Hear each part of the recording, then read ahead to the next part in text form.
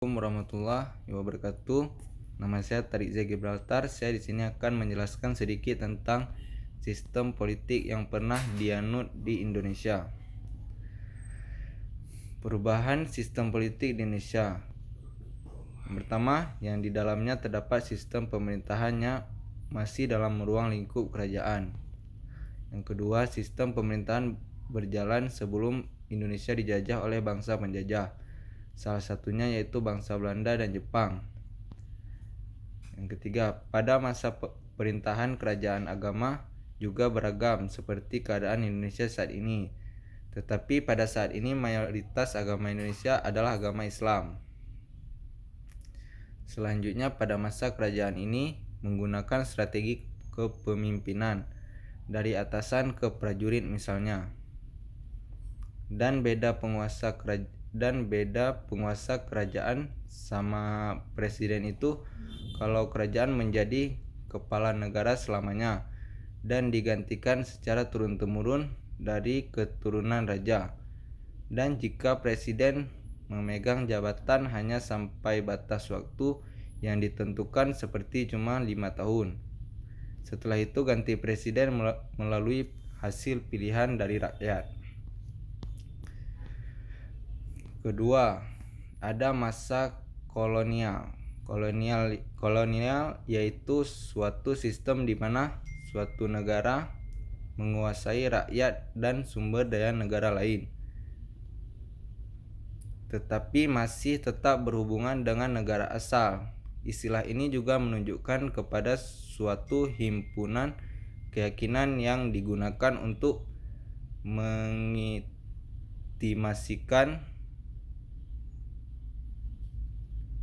atau mempromosikan sistem ini, terutama kepercayaan bahwa moral dari pengkoloni lebih hebat ketimbang yang dikolonikan.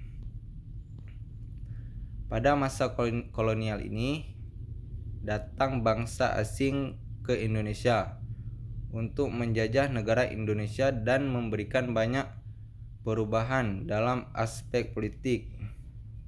Tujuan mereka menjajah Indonesia hanya untuk mensejahterakan bangsa mereka masing-masing. Pada masa kolonial ini datang bangsa asing ke Indonesia untuk menjajah negara Indonesia dan memberikan banyak perubahan dalam aspek politik. Tujuan mereka penjajah Indonesia hanya untuk mensejahterakan bangsa mereka masing-masing. Ketiga, ada masa demokrasi liberal. Pada demokrasi ini dikenal dengan demokrasi bebas, yang artinya semua orang boleh melakukan apa saja dan didengar oleh negara.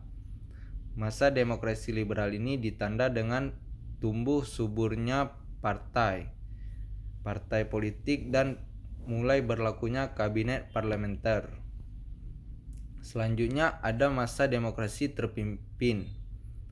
Demokrasi terpimpin ini ada di Indonesia pada tahun 1959 sampai tahun 1965.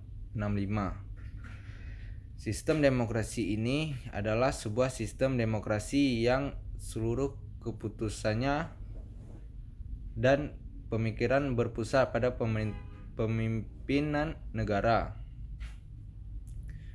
melalui musyawarah dan mufakat agar tercapai tujuan dengan baik dan tertata rapi agar masyarakat pun tenang. Dan yang terakhir ada masa demokrasi Pancasila. Pada sekarang ini Indonesia menganut sistem demokrasi Pancasila, yakni sistem politik yang didasarkan oleh nilai-nilai Pancasila, mulai dari prinsipnya, prosedur dan kelembagaan yang demokratis. Adapun prinsipnya yaitu kekuasaan eksekutif, kekuasaan legislatif, kekuasaan yudikatif, kekuasaan yang berdasarkan hukum, jaminan kebebasan antar individu dengan ada batas-batas tertentu. Pada demokrasi ini, yang pertama, hak asasi manusia setiap warga dilindungi. Semua pengambilan keputusan harus didasarkan dengan musyawarah agar tidak ada yang saling bertengkar.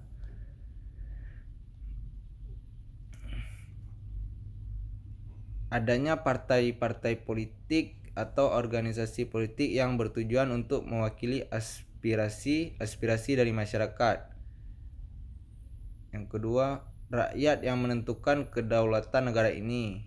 Yang ketiga, kekuasaan paling tinggi semuanya ada di tangan rakyat dan tidak boleh ada yang mengganggunya, sekalipun itu pemerintahan tertinggi negara ini.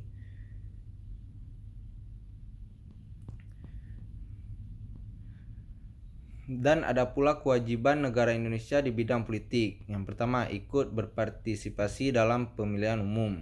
Yang kedua, ikut mengkritik dan membangun roda pemerintahan. Yang ketiga, menjadi elemen penting dalam aspek politik. Yang keempat, berkewajiban mengikuti politik praktis. Yang kelima, berkewajiban mengikuti peraturan-peraturan politik yang telah ditetapkan negara dan siap menerima sanksi jika melanggar.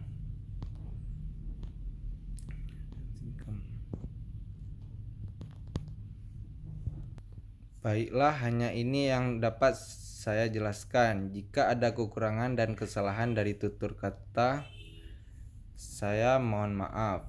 Terima kasih atas perhatiannya. Assalamualaikum warahmatullahi wabarakatuh.